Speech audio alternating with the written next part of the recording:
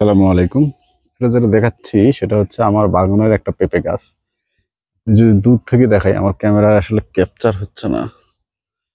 এই যে গোড়া থেকে এটার একদম মাথা পর্যন্ত এই যে কি পরিমাণের হলো ফলটা ধরছে।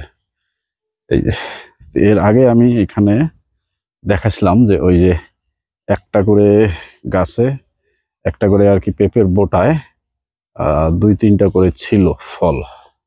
পেঁপে দুই তিনটা করে ছিল, সেটাকে আমি হলো কেটে দিছিলাম। কেটে দেওয়ার ফলে একটা করে যেটা রাখা হয়েছে সে ফলটার শেপ সাইজও অনেক ভালো হয়েছে এবং ফলগুলো দ্রুত হলো যে বড় হচ্ছে এবং ফলগুলোর পেঁপেগুলোর শেপ সাইজটা অনেক ভালো, খারাপ না।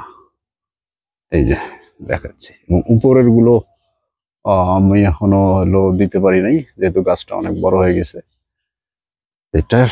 তাই পেঁপে আমার মনে হয় যে একই বোটায় যদি একাধিক থাকে তাহলে মনে হয় যে একটা রেখে বাকিগুলো ছাঁটাই করে দেওয়া ভালো। এতে হয়তো পেঁপের শেপ সাইজ সহ পেঁপের ওজন বৃদ্ধি পাবে এবং ফলটা খুব ভালো হবে।